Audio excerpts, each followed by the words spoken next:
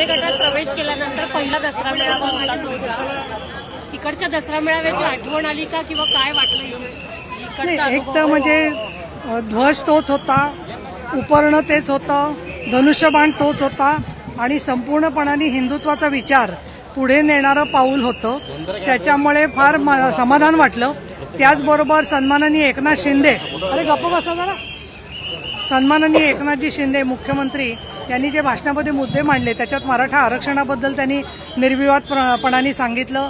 त्याचबरोबर 50 कोटी रुपये त्यांनी ताबडतोब शिवसेना उद्धवजी ठाकरे यांच्या पत्रानुसार देऊन टाकले.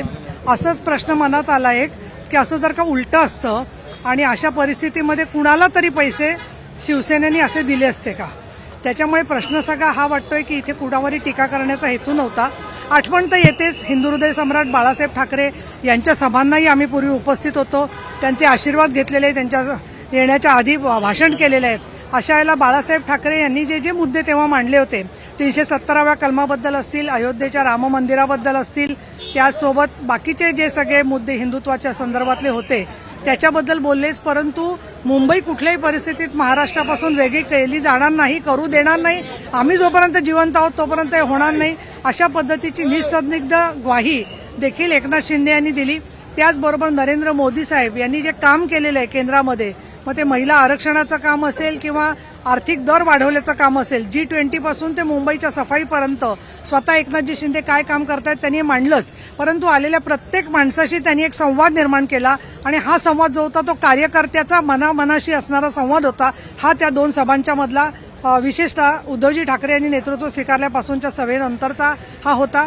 मला आठवते की गेले 4-5 वर्ष मी अनुभव करत होते की आपण तिथे हवं आहे का नको आहे, कोण आपल्याशी बोलेल की नाही, असं सुद्धा काही वेळेला काही लोकांच्याबद्दल वाटायचं. त्याच्यात 2-3 सन्माननीय अपवाद सोडले सचिव किंवा नेत्यांच्यापैकी, तर बाकी अत्यंत वातावरण जे आहे ते एक ज्याला आपण म्हणू होस्टाईल किंवा एक कोंदटपणा त्याच्यात होता. कुणीतरी कुणाला जाऊन रिपोर्ट करायचं, काहीतरी सांगायचं.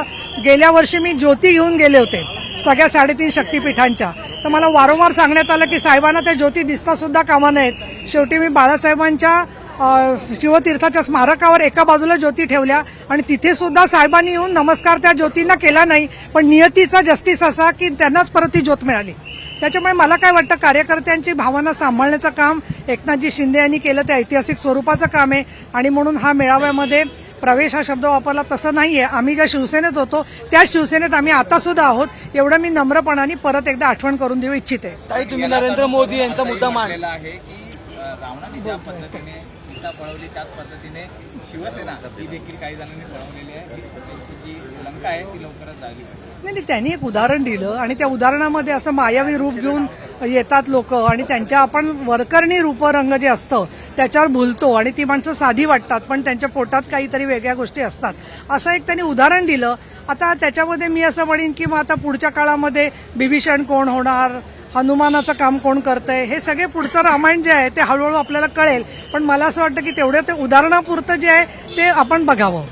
एकंदरीत तुम्ही पंतप्रधानांचा मुद्दा काढला. उद्धव ठाकरे यांनी थेट पंतप्रधानांवर आज निशाणा साधला आहे. तुम्ही असं म्हटलंय की पीएम केअर फंडाला दिलेले पैसे आहेत त्याची चौकशी अद्याप का होत नाही किंवा त्याचं गणित का समोर येत नाही. ते मुळामध्ये ते जे मुख्यमंत्री होते त्या राज्यातून जो पंतप्रधान फंडाला पैसा गेला होता त्याची तरी चौकशी ते स्वतःच्या अखत्यारीत करू शकले असते.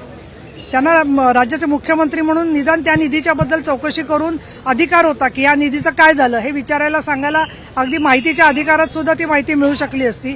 परंतु ते त्यांनी केलं नाही आणि आता ते पंतप्रधान नरेंद्रजी मोदी यांची चौकशीला चौकशी हे उत्तर दे आहे, हे योग्य नाहीये. चौकशी करत असताना तुम्ही स्वतःची जी भूमिका आहे ती खुलेपणाने मांडा आणि मग त्याच्यावरती चर्चा तुम्ही करू शकता असं मला वाटतं.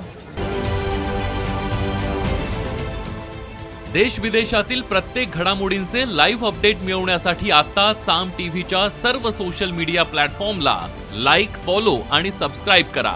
तसंच सर्व नोटिफिकेशनसाठी बेल आयकॉन प्रेस करायला विसरू नका.